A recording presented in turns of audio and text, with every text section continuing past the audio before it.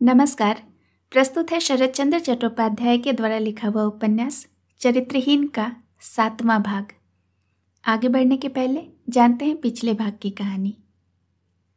सतीश की मुलाकात मोक्षदा यानी उसके पुराने दासी से होती है, जो उसे अपने घर आमंत्रित करती है। वहां जाकर सतीश को पता चलता है कि सावित्री मोक्षदा के साथ ही उसी घर में रहती है और उसके जीवन में भुवन चंद्र नाम का कोई आदमी था जो उसे छोड़कर चला गया। मोक्षदा समझ जाती है कि सतीश और सावित्री पहले से ही एक दूसरे को जानते हैं। सावित्री सतीश से कहती है कि अगर मेस में लोगों को पता चल गया कि उनके बीच कुछ है तो सतीश कहता है कि वो उनके जिम्मेदार नहीं है। सावित्री कहती है कि अगर मोक्षदा ने कुछ कहा तो सतीश कहता है कि वो रुपये से उसका मुंह बंद कर सकता है। सावित्री कहती है कि अगर मैं यह बात कह दूँ तो सतीश कहता है कि वह प्रेम से उसका मुख बंद कर देगा। सावित्री कहती है कि उसकी जिंदगी में वो चौथा ऐसा आदमी है जो ऐसी बात कह रहा है और दुनिया का कूड़ा जमा करके रखने की उसके पास जगह नहीं है। बातों ही बातों में ये हंसी मजाक कलह का रूप ले लेता है और सावित्री और सतीश दोनों एक दूसरे को कड़वी बात बोलने लगते हैं। अंत में सावित्री बेहोश हो जाती है और होश आने पर सतीश से बोलती है कि एक उल्टा स्त्री से प्यार करके अपने आप को स्याह न करो, या तो तुम मेस छोड़कर चले जाओ या मैं छोड़ देती हूँ। सतीश हतबुद्धि सा होकर सोचने लगता है कि क्यों सावित्री पहले तो उसे अपनी ओर खींचती है और नजदीक आने पर उसे धक्का देकर दूर कर देती है।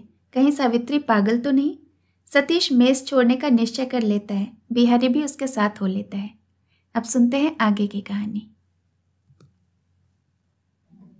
बिहारी ने कहा, मैं आपके साथ चलूंगा बाबू, यहां न रह सकूंगा। सतीश ने आश्चर्य से कहा, मेरे साथ? यहाँ का काम कौन करेगा? बिहारी ने अविचलित दृढ़ स्वर में कहा, जिसका जी चाहे करे, मैं आपके साथ जरूर जाऊंगा। एक नौकर के बिना आपका काम नहीं चल सकेगा बाबू। इतनी देर में मामला सतीश की समझ में आ गया। क्षण भर चुप रहकर उसने कहा, यह बात पहले ही तूने कह दी होती बिहारी। बिहारी ने जवाब नहीं दिया। चुपचाप सामान बांध बूंद कर कुली के सिर पर रखने लगा। उसके साथ जाने में अब उसे कोई संदेह नहीं रहा। नए डेरे में आकर सतीश सोच रहा था कि वह ऐसा कैसे हो गया, जिसे देखो वह केवल उसका अपमान करने का साहस ही नहीं करता, अपमान करके मजे से बचकर चला भी जाता है। इसका क्या कारण है? उसकी असाधारण शरीर शक्ति तिल भर भी कम नहीं हुई है। फिर वह क्यों सिर उठाकर जोर करके बात नहीं कर सकता? क्यों वह चुपचाप सिर नीचा करके सब सह लेता है? उसके मन की यह शोचनीय दुर्बलता आज उसे बहुत खटकी और इससे भी बढ़कर यह दुख व्यतीत करने लगा कि प्रतिकार करने की शक्ति भी जैसे उसने बिल्कुल ही छोड़ दी है। राखाल का क्रोध और कटु भाषा निस्संदेह उस रात की उसी घटना की ओर इशारा कर रही थी। यह सोचकर सतीश जैसे लज्जा से धरती में गड़ा जा रहा था।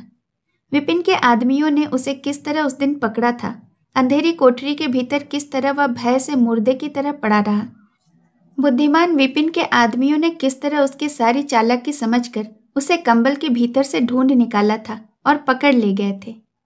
ये सब रोचक दुर्लभ विवरण सत्य और मिथ्या, अलंकार और आडंबर के साथ वर्णन करते समय वहां उपस्थित सब लोगों ने कैसे उत्कृष्ट आनंद, आग्रह और अट्टहास के साथ इस चर्चा में रस लिया था। इसका आदि से अंत तक का स्वरूप कल्पना के काले तख्ते पर इतना मर्मभेदी और विवत्स दिखाई दिया कि सूने घर में अकेले रहने पर भी सतीश का मुखमंडल वेदना से विवर्ण हो उठा।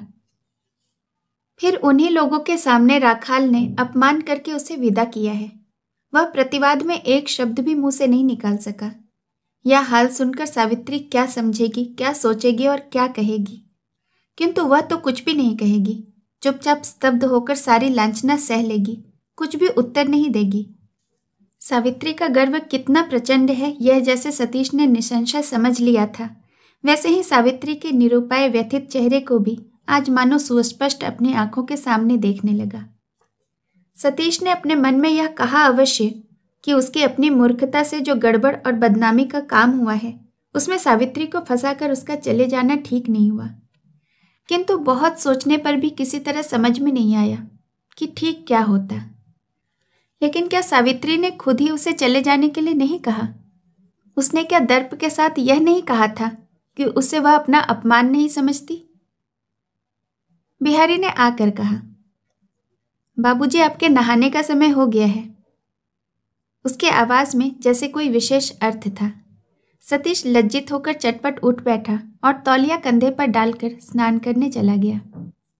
हाय रे, जिस समय उसका मन टुकड़े टुकड़े हो रहा था उस समय भी दुनिया का कोई साधारण काम पड़ा रहने देने का कोई उपाय न था। वह स्कूल गया लेकिन क्लास में नहीं जा सका। बाहर ही बाहर घूमते रहकर आखिर डेरे पर लौट आया। डेरे पर घुसते ही न जाने काहे की निराशा ने उसका सारा अंतःकरण भर दिया। इस नए कमरे को अच्छी तरह सजाने में बिहारी ने अपनी शक्ति भर परिश्रम किया है, यह मालूम पड़ा, लेकिन अनाड़ी हाथों ने पहले यह चेष्टा की है, यह किसी तरह छिपा न रह सका। भीतर घुसते ही सतीश की आंख को यह बात खटक गई। बिहारी शरबत बनाकर ले आया, तमाकू भरकर रख गया और बाजार से पान भी लगवाकर सतीश के पास रख गया।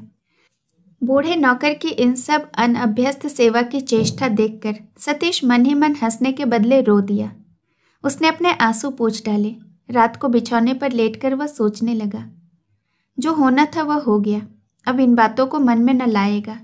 लिखने पढ़ने के लिए कलकत्ता आया है, या तो लिखने पढ़ने में मन लगाएगा या कुछ दिन में घर लौट जाएगा। किंतु वह जो उस बेहोश नारी के गर्म स्पर्श को लेकर चुपचाप कमरे के बाहर निकल आया था, उस स्पर्श की गर्मी उसके संयम की सारी चेष्टा को घड़ी घड़ी गलाकर छीण से छीणतर करने लगी। बिहारी मन में सब समझ रहा था, लेकिन सतीश को समझाने या सांत्वना देने का साहस उसमें नहीं था। इसी से वह उदास मुंह से चुपचाप सतीश की कोठरी के बाहर जाकर बैठ रहा। लगभग 10 बजने के समय उसने मुंह बढ़ाकर कहा, बाबूजी, रोशनी बुझा दूं क्या? सतीश ने कहा, बुझा दे, लेकिन तू सोएगा कहाँ बिहारी? बिहारी ने कहा, मैं यहीं बाबूजी, अपनी चटाई मैंने दरवाजे के पास ही डाल ली है। सतीश ने पूछा, इस घर में क्या नौकरों को रहने की जगह नहीं है? बिहारी ने कहा, नीचे एक कोठरी है, लेकिन मैं यहीं रहूंगा। आपको कोई जरूरत पड़ी तो कहाँ से पुकारेंगे? सतीश व्यस्त हो उठा, बोला, यह क्या रे, तू नीचे सोने जा। बूढ़ा आदमी ठहरा, यहाँ ठंड में रहना ठीक नहीं। ठंड कहाँ है बाबूजी? कहकर बिहारी उसी जगह सिर से ओढ़कर लेट गया।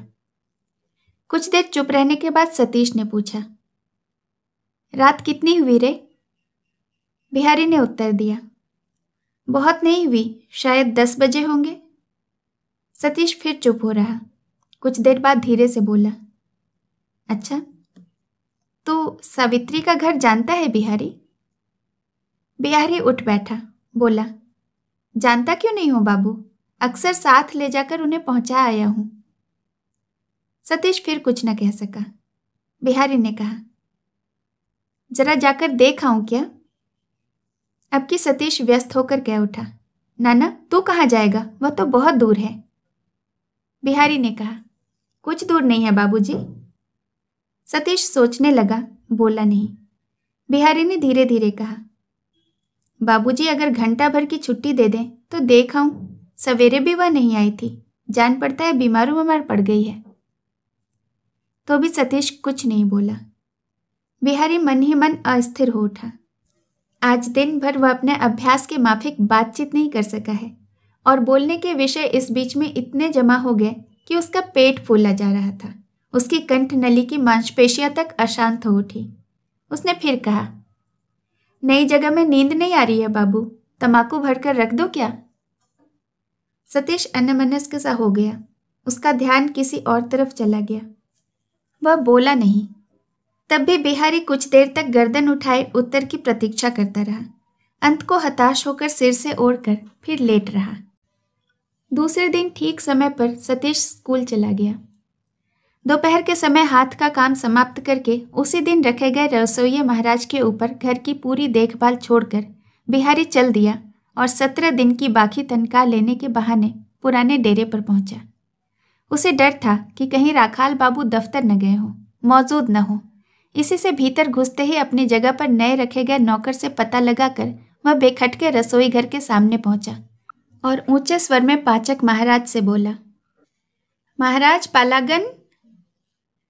रसोइये महाराज गांजे का दम लगाकर धुत बने हुए दीवार से पीठ लगाए आंखें मूंदे ध्यानस्थ होकर मौज ले रहे थे।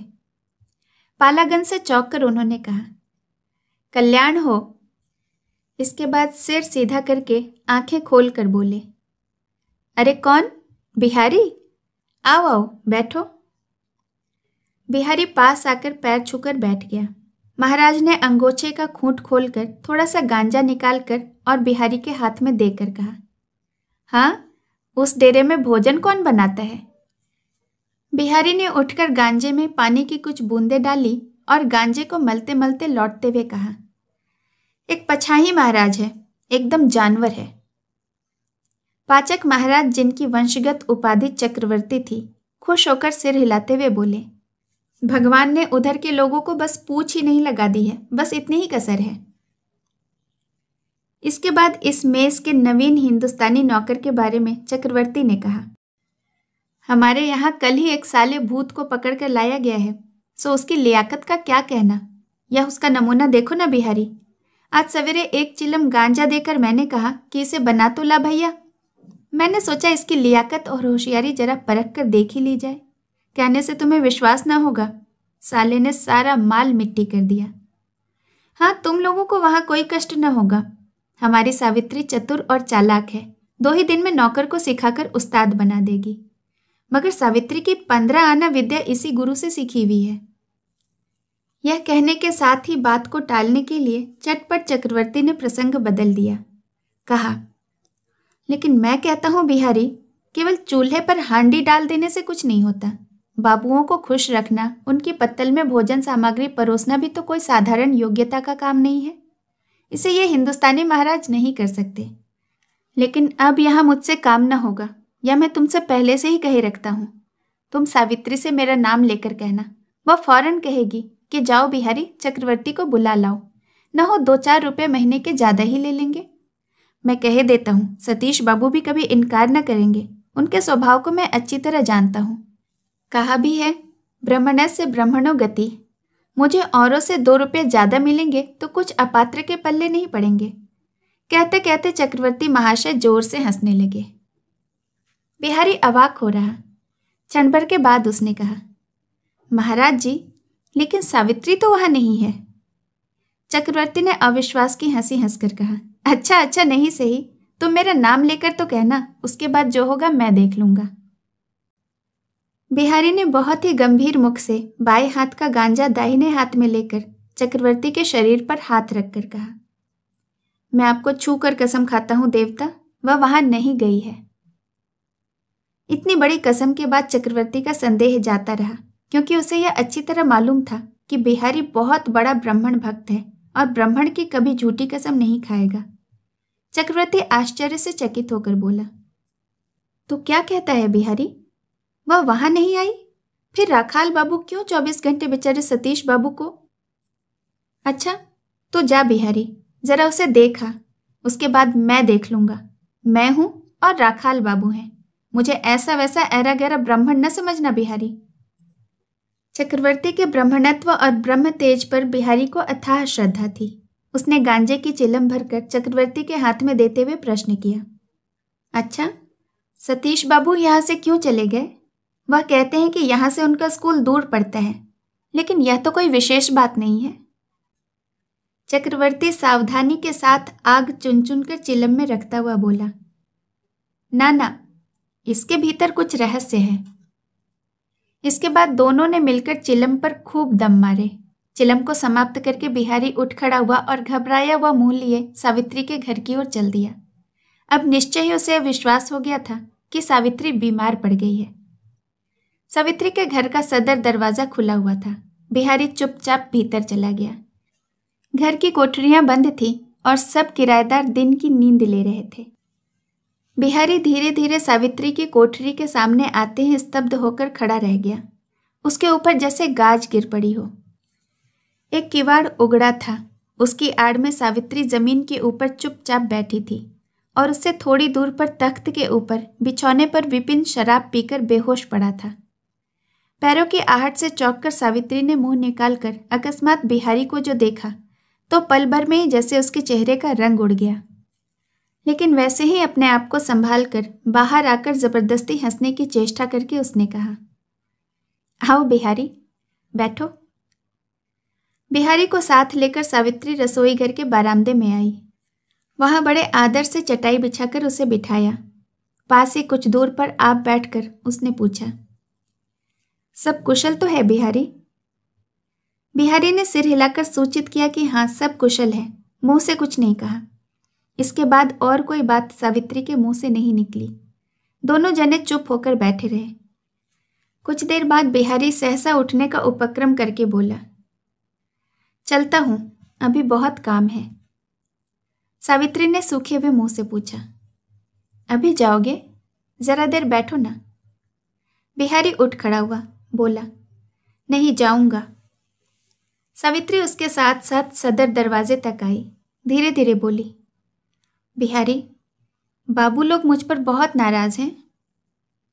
बिहारी ने कहा, मुझे नहीं मालूम, हम लोग अब वहां नहीं रहते। सावित्री ने घबरा कर पूछा, नहीं रहते? क्या वह मेस टूट गया? बिहारी ने कहा, नहीं, टूटा नहीं है, सिर्फ सतीश बाबू और मैं चला आया हूं। सावित्री, तुम लोग क्यों चले आए बिहारी? यह बड़ा पावड़ा है, कहकर बिहारी ने फिर जैसे जाने के लिए कदम बढ़ाया, वैसे ही सावित्री ने उसके दोनों हाथ पकड़कर विनती के स्वर में कहा, एक बार फिर तुमको थोड़ी देर के लिए बैठना होगा बिहारी। बिहारी ने अटल भाव से सिर हिलाकर दृढ़ता के साथ कहा, ना, मुझे फुर्सत नहीं है। सावित्री ने कहा, अच्छा तो कहो, एक बार और कल आओगे? बिहारी ने वैसे ही दृढ़ कंठ से कहा, ना, अब मुझे आने का समय नहीं मिलेगा। सावित्री ने बिहारी के मुख पर एक तीक्ष्ण दृष्टि डालकर उसके हाथ छोड़ दिए। सावित्री का हृदय अभिमान से भर गया। उसने गंभीर शांत भाव से कहा, अच्छा तो जाओ, जाकर यह बात उनसे कह देना कि विपिन शराब के नशे में चूर होकर मेरे घर लेटा हुआ था। सावित्री की इस बात से बिहारी के हृदय को चोट पहुंची। उसने सिर उठाकर कहा, उन्होंने तो तुम्हारी बात जानने के लिए भेजा नहीं।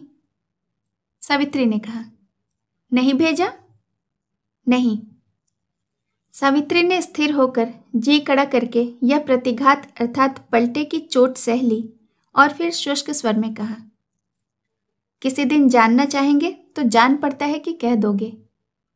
बिहारी ने कहा, नहीं, मैं औरतों की जाति का नहीं हूं, मेरे शरीर में दया माया है। इतना कहकर और प्रश्न की राह न देखकर तेजी के साथ वह गली के पार चला गया। सावित्री चौखट के ऊपर निश्चेष्ट होकर कुछ देर खड़ी रही, फिर वहीं बैठ गई। उसके भीतर और बाहर एक तरह की आग सी जल उठी। आज सवेरे वह घर में नहीं थी, काली जी के दर्शन करने काली घाट गई थी। इसी बीच कहीं से विपिन 2-4 यारों के साथ शराब पीकर मदमस्त होकर आया और मोक्षदा को 10-10 रुपए के 2 नोट थमाकर सावित्री की कोठरी का ताला खुलवाकर उसके बिछौने पर जा बैठा। उसने और भी शराब मंगवाई और उस घर में रहने वाले सभी लोगों को पिलाकर मदमस्त कर दिया। सावित्री यह सब कुछ नहीं जानती थी। 12 बजे के लगभग उसने घर में घुसकर देखा कि इस घर की किराएदार 2 अधेड़ औरतें मदमस्त होकर आपस में लड़ झगड़ रही हैं और उसकी मौसी मोक्षदा सामने के बरामदे में चित्त पड़ी हुई है। उखड़े हुए गले से मन की मौज में विद्यासुर नाटक के रसीले गाने गा रही है। घर भर में लैया, अंडों के छिलके, मछली के कांटे और चाट के खाली दोने पड़े हैं। कहीं पैर रखने को जगह नहीं है। मोक्षदा सावित्री को देखते ही अपनी अस्त व्यस्त धोती को कमर में लपेटते लपेटते उठकर खड़ी हो गई और एकदम सावित्री के गले से लिपटकर उसने रोना शुरू कर दिया। बेटी, ऐसे ऐसे दरियादिल बाबू जिसके हों, उसे कष्ट हो, वह नौकरी करे, लेकिन मैं तो तेरी गरीब मौसी हूं सावित्री। मोक्षदा के मुंह से शराब की भभक आ रही थी। गालों में, माथे पर और कपड़ों में सारे अंगों में हल्दी के सूखे दाग थे और सांस में कच्चे प्याज की कुत्सित तीव्र गंध थी। असहाय घृणा से सावित्री ने जोर से ठेलकर उसको अलग कर दिया और कहा, मौसी, तुम भी शराब पीती हो? तुम भी मदमस्त हो? धक्का खाकर मोक्षदा ने रोना बंद कर दिया और आंखें लाल लाल करके चिल्ला कर कहा, मदमस्त? अलबत्त मैं मदमस्त हूं। पड़ोसियों से जाकर पूछ, वे कहेंगे मोक्षदा मदमस्त है। मेरा भी एक जमाना था री, मेरा भी एक जमाना था। मैं भी 24 घंटे शराब के नशे में चूर रहती थी, शराब में ही डूबी रहती थी। तो इसे क्या जानेगी कल की छोकरी? उसके इस तरह तर्जन गर्जन से कुंठित होकर सावित्री ने उसे शांत कराने के अभिप्राय से कहा, लेकिन तुम तो नहीं पीती थी ना, आज एकाएक क्यों पी ली? मोक्षदा का स्वर एक और पर्दा चढ़ गया। उसने और भी क्रोधित होकर कहा, एकाएक कैसे? मैं एकाएक पीने वाली औरत नहीं हूं। जाकर अपने बाबू से पूछ ले, जो एक गिलास शराब पीकर चुल्लू में उल्लू होकर अंटाचित पड़ा है उससे। अरे हम मर जाएंगे तो भी अपनी मर्यादा नहीं छोड़ती। आंचल में जब उसने 2 रुपए के नोट बांध दिए तब मैंने जाकर गिलास हाथ लिया है। इतना कहकर मोक्षदा ने आंचल खोलकर नोट दिखाते हुए दर्प के साथ कहा, मोक्षदा ऐसी नहीं है कि कहते ही दौड़ जाएगी शराब पीने। सावित्री ने चौंक कर पूछा, बाबू आए हैं क्या? मोक्षदा ने कहा, नहीं तो यह सब कांड किसने किया? लेकिन मैं कहती हूं पियो कहते ही मैं क्यों पीऊंगी? क्या मेरी कोई इज्जत आबरू नहीं है? इससे पहले बारामदे के उस किनारे जो 2 किराएदार औरतें आपस में झगड़ा कर रही थीं, वे मोक्षदा की ऊंची आवाज में कलह का आभास पाकर इन दोनों के पास आकर खड़ी हो गई। उनमें से जिनका नाम विधु था उसने कहा, इज्जत आबरू हम लोग भी रखती हैं, समझी? ताना हम भी समझती हैं। हम तो सावित्री को अपनी लड़की के बराबर मानती हैं। उसका बाबू आकर हमारा हाथ पकड़कर खुशामद करने लगा, इसी से हमने पी ली, नहीं तो। उसकी बात पूरी होने के पहले ही मोक्षदा गरज उठी, सावित्री का बाबू भले ही हो, भले ही जमाई हो, मैंने तो 20 रुपए लेकर जब आंचल में बांध लिए तभी शराब के गिलास को हाथ लगाया। ये बातें सुनकर सावित्री लज्जा और घृणा से मरी जा रही थी। वह कह उठी, ठहरो मौसी, ठहरो, चुप रहो। मोक्षदा ने कहा, चुप क्यों रहूं? जो कहूंगी सबके सामने कहूंगी। इस तरफ के सभी लोग जानते हैं कि साफ और स्पष्ट कहने वाला यहां अगर कोई है तो वो मोक्षदा है। अब की विधु ने आवाज ऊंची करके कहा, तू ही सिर्फ स्पष्ट बात करना नहीं जानती, हम भी जानती हैं। जमाई से 2 का नोट पाकर तूने शराब पी ली, अगर 3 का नोट पाती तो न जाने। मोक्षदा बीच में ही उछल पड़ी और बोली, जितना बड़ा मुंह नहीं। वह इतना ही कह पाई थी कि सावित्री ने जल्दी से उसके मुख पर हाथ रख दिया, उसे आगे बोलने नहीं दिया और उसी दशा में उसे जोर से खींचकर ले जाकर उसकी कोठरी में बंद कर दिया और बाहर से कुंडी चढ़ा दी। मोक्षदा कोठरी के भीतर से लगातार ऐसी भाषा में बकने झकने लगी जिसे कोई भला आदमी न सह सकता है न सुन सकता है। लौटकर सावित्री ने विधु के दोनों हाथ पकड़कर कहा, मौसी मुझे माफ कर दो, सारा दोष मेरा है। सावित्री की नर्म बातों से शांत होकर विधु ने कहा, तेरा क्या कसूर है सावित्री? मैं जानती हूँ मोक्षदा का स्वभाव सदा से ही ऐसा है, जरा से पी ली बस, फिर किसी को नहीं छोड़ती, पैर पर पैर रखकर झगड़ा करती है, यही उसकी आदत है। तो जा अपनी कोठरी में जा। यूं कहकर अपनी साथिन का हाथ पकड़कर विधु चली गई। सावित्री काठ की मूर्ति की तरह वहीं खड़ी रही। क्रोध और क्षोभ से आत्महत्या कर लेने का उसका जी चाहने लगा। यह तो उसने कभी स्वप्न में भी नहीं सोचा था कि सतीश इतना निर्लज्ज हो सकता है, प्रकट रूप से दिन दहाड़े ऐसा उन्मत्त आचरण कर सकता है। इसी से काल्पनिक नहीं, सच्ची एक व्यथा से उसके हृदय के बीच में विराट तरंगे इधर उधर दौड़कर उसके हृदय को मंथन करने लगी। उसे जान पड़ा कि उसका जो प्रियतम था वह अकस्मात जैसे उसकी आंखों के आगे ही मर गया।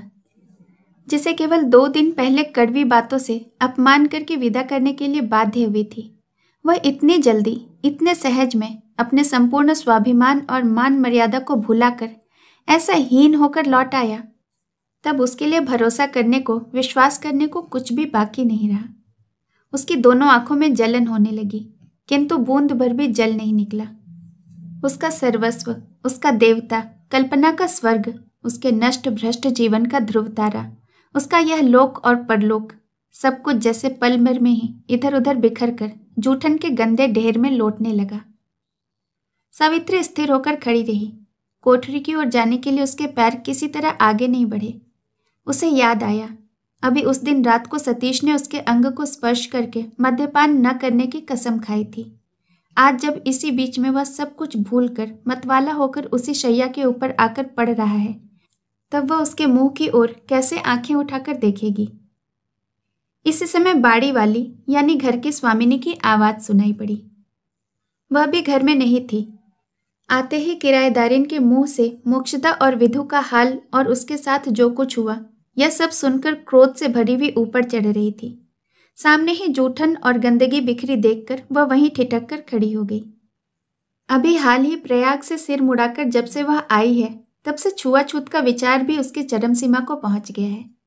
सावित्री को उस तरह खड़े देखकर उसने कहा, सावित्री, तुझे तो मैं भली औरत जानती थी, यह सब कैसा उत्पात है?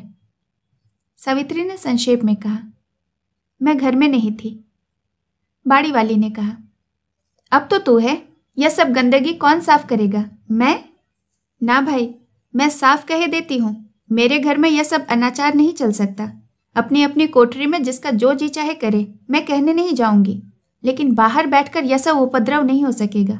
मुझसे न होगा कि यह सब गंदगी पर पैर रखकर मैं घर जाऊं, यह सब छूकर अपनी जाति और धर्म नष्ट करूं। यूं कहकर वह दीवार से सटकर लांगती फांदती किसी तरह उस तरफ अपनी कोठरी में चली गई। सावित्री अब और खड़ी न रह सकी। सारे कूड़े और गंदगी को साफ करके सारी जगह पानी से धोकर वह फिर स्नान कराई और सूखी धोती लाने के लिए अपनी कोठरी के भीतर गई।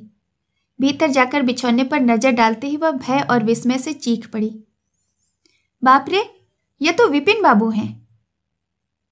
शराबी गहरी नींद में बेखबर था, नहीं जगा। बाहर का और कोई सावित्री के शब्दों को सुन न पाया। सावित्री 2 पग पीछे हटाई। उसके सारे शरीर में झंझनी सी होने लगी। मस्तिष्क में एक मूर्छा आने के लक्षणों का अनुभव करके सावित्री दरवाजे की आड़ में किवाड़ के सहारे सिर रखकर निर्जीव सी बैठी रही। कुछ देर बाद वह भाव दूर हो जाने पर भी सावित्री सिर उठाकर सीधी होकर नहीं बैठ सकी। पहले जिस दुख से उसके हृदय टुकड़े टुकड़े हुआ जा रहा था, जिसके निर्लज्ज आचरण से उसकी मर जाने की इच्छा होती थी, वह लज्जा सत्य न थी। यह तो सतीश नहीं है, और एक आदमी है। यह अपनी आंखों से देखकर भी उसका वह क्षोभ, वह दुख रत्ती भर भी कम नहीं हुआ, बल्कि उसका मुख जैसे और भारी हो गया। हृदय में जैसे और भी अंधकार छा गया। बिस्तर की ओर आंखें उठाकर देखना भी उसके लिए अत्यंत कठिन हो गया। अब उसकी दोनों आंखों से टप टप करके बड़े बड़े आंसू गिरने लगे। हाय रे रमणी का प्यार! इतने दुख में भी इसी बीच में वह गोपन में कब चुपचाप सतीश के सब अपराध क्षमा करके, सेवा करके उसे सुस्त करने का प्रबल प्रयास से व्याकुल हो उठी। कब सतीश को देखने की, उससे बातें करने की सर्वग्रासी भूख से पागल सी हो उठी, इसकी खबर जान पड़ता है उसके अंतर्यामी को भी न थी। इस समय उधर की सब आशा आकांक्षा पल भर में मिट्टी में मिल गई और उसका सारा अस्तित्व जैसे एक अपार असीम शून्यता के बीच डूब गया। ठीक इसी समय उसकी कोठरी के दरवाजे पर बिहारी आकर खड़ा हो गया था। उसी जगह, उसी बाहरी दरवाजे की चौखट के ऊपर वह उसी तरह बैठी रही। दिन ढल गया, इधर उसका ध्यान ही नहीं गया। अब तक एक बूंद पानी भी उसके गले में नहीं गया, इसका भी उसे ख्याल नहीं था। किंतु राह में आने जाने वाले लोगों की ललचाई नजरों से संकुचित होकर एकाएक वह उठ खड़ी हुई और मन की सारी कमजोरी को जबरदस्ती दूर करके अपनी कोठरी में बिस्तर के पास जाकर उपस्थित हुई। सतीश के मन में दिन रात एक आग की शिखा सी जलने लगी। वह इस बात को किसी तरह अस्वीकार नहीं कर सका। उसी आग से निरंतर जलकर उसकी इतनी पुष्ट सबल देह भी शिथिल और निस्तेज होती जा रही थी। यह स्पष्ट अनुभव करके सतीश घबरा उठा। बिहारी को अपने पास बुलाकर उसने कहा, सब सामान फिर से बांधना बूंदना होगा रे। आज हम लोग शाम को गाड़ी से चल देंगे, मैं घर जाऊंगा। बिहारी ने पूछा, देश जाइएगा बाबू या पछाह वाले घर? पछाह वाले घर, कहकर सतीश ने जरूरी सामान लाने के लिए रुपये निकालकर बिहारी के हाथ में दे दिए और आप स्कूल चला गया। बिहारी का आनंद मन में न समाता था। उसका घर बंगाल के मिदनापुर जिले में था। कलकत्ते से पश्चिम की ओर वह कभी भी नहीं गया था। उसी ओर आज वह जाएगा, इसलिए उसी दम शोरगुल करके सामान समेटने और बांधने में लग गया। रसोई महाराज ने खाने के लिए बुलाया। बिहारी ने हंसकर कहा, तुम जाकर खा पी लो महाराज, मेरी थाली परोस कर ढक कर रख दो।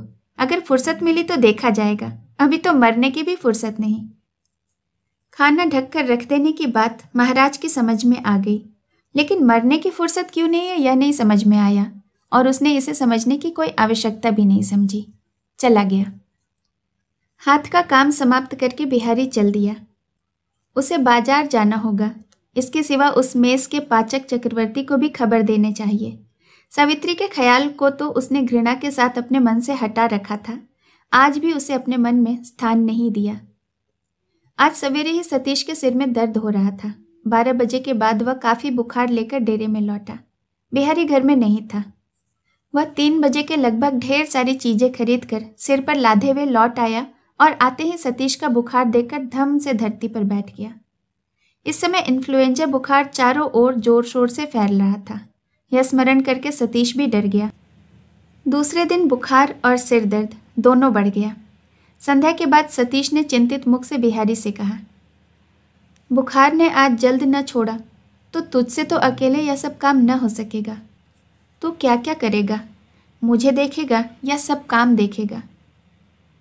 बिहारी की आंखों में आंसू छलक आए। उसने सतीश को साहस और ढांढस देते हुए कहा, डर क्या है बाबू? सतीश ने क्षण भर चुप रहकर कहा, सोचता हूँ एक बार उसे यानी सावित्री को क्यों न खबर दे दी जाए। जान पड़ता है डॉक्टर को भी बुलाना होगा। किसी भी कारण से सावित्री को बुलाने के लिए बिहारी के मन में तनिक भी इच्छा न थी, किंतु उसने अपने मन के भाव को दबाकर धीमे स्वर में कहा, अच्छा जाता हूँ। तभी से सतीश उत्सुकता के साथ बिहारी के लौटने की राह देखता रहा। उसका ज्वर और कष्ट जैसे आप ही कम हो गया। लगभग 2 घंटे के बाद बिहारी अकेला लौटा। सतीश आशंकापूर्ण दृष्टि से उसकी ओर ताकने लगा। बिहारी ने कहा, वह घर में नहीं है बाबूजी। सतीश ने कहा, घर में नहीं है तो फिर उस मेस में क्यों नहीं गया? बिहारी ने कहा, उस मेस में तो अब वो नहीं जाती, वहाँ की नौकरी छोड़ दी है। आज 3-4 दिन वे अपने घर भी नहीं गई है। कोई नहीं जानता कहाँ गई। सतीश ने पूछा, उसकी मौसी मोक्षदा भी नहीं जानती? बिहारी ने कहा, जी नहीं, उससे भी कुछ नहीं कहकर गई। सतीश चुप हो रहा। बिहारी आंसुओं को किसी तरह रोककर बाहर आकर खड़ा हो गया। सावित्री का जो इतिहास वह अभी मोक्षदा के मुंह से सुनकर आया था और जिस बात पर उसने निसंशय विश्वास कर लिया था, वह खबर आज इस रोगी मनुष्य के सामने किसी तरह अपनी जबान से नहीं निकाल सका। दूसरे दिन डॉक्टर आकर दवा दे गए। सतीश ने दवा की शीशी हाथ में लेकर खिड़की के बाहर फेंक दी। बिहारी अपने आंसुओं को रोककर एक बार फिर सावित्री का पता लगाने के लिए निकल पड़ा। मोक्षदा खाना पका रही थी। बिहारी ने जाकर पूछा, क्या आज भी वह नहीं आई जी? मोक्षदा ने हाथ की कलचुन जिससे वह तरकारी उलट पुलट रही थी सीधी करके आंख और मुंह लाल करके कहा, ना भैया, नहीं आई। कितनी दफा तुमसे कहूं कि अब वह नहीं आएगी। जब बुरे दिन थे तब मौसी थी, अब तो उसके दिन फिर गए, मौज कर रही होगी। डेरे में लौट कर आकर बिहारी ने धीरे से कहा, आज भी सावित्री नहीं लौटी। 2-3 दिन में दवा न खाकर भी सतीश का बुखार उतर गया। वह खा पी कर चंगा होकर उठ बैठा। बिहारी को बुलाकर बोला, अब यहाँ नहीं रहूँगा, आज ही यहाँ से रवाना हो जाना चाहिए। सतीश उसी दिन कलकत्ता छोड़कर चला गया। शेष कहानी अगले भाग में। कहानी सुनने के लिए बहुत बहुत धन्यवाद। नमस्कार।